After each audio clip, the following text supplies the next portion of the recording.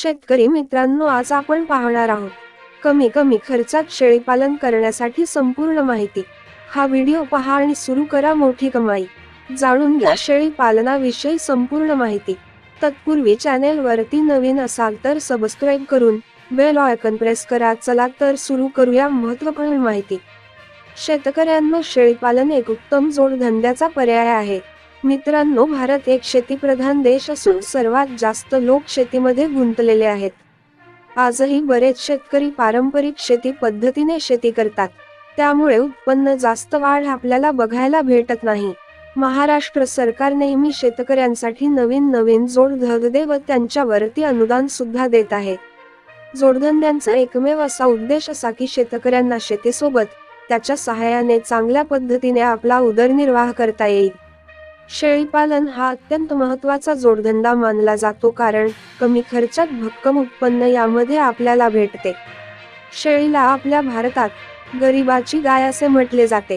किरकोळ किंवा चढउतार असलेल्या पृष्ठभागाच्या जमिनी ह्या गाय किंवा इतर प्रकारच्या जनावरांसाठी चांगल्या नसतील, पण शेळी हा उत्तम पर्याय आहे। फार थोडी गुंतवणूक करून शेळीपालन हा किरकोळ आणि लहान शेतकऱ्यांसाठी एक फायदेशीर उद्योग ठरू शकतो। शेतकरी मित्रांनो, शेळीपालन हा व्यवसायच का निवडावा?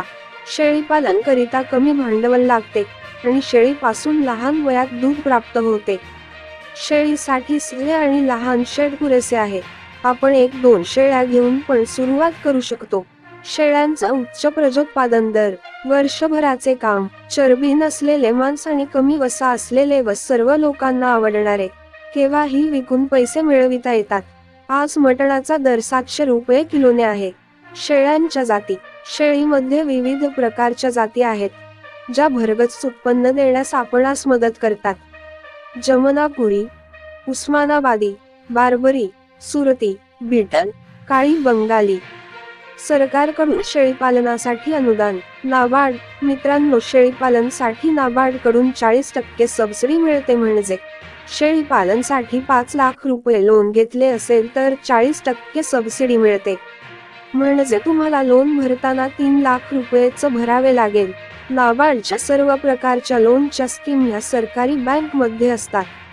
नाबार्ड कडून बँकेला पैसे मिळतात आणि तसेच जिल्हा परिषद आणि पंचायत समितीमध्ये शेळीपालनासाठी खूप प्रकारच्या योजना असतात आणि महाराष्ट्र शासनाच्या पशुसंवर्धन विभागात पण खूप मोठ्या प्रमाणात योजना असतात। शेतकरी मित्रांनो, याविषयी अधिक माहिती मिळण्याकरिता चॅनेलला सबस्क्राइब करून बेल आयकॉन प्रेस करा आणि अशाच नवनवीन माहितीसाठी अपडेट रहा। धन्यवाद।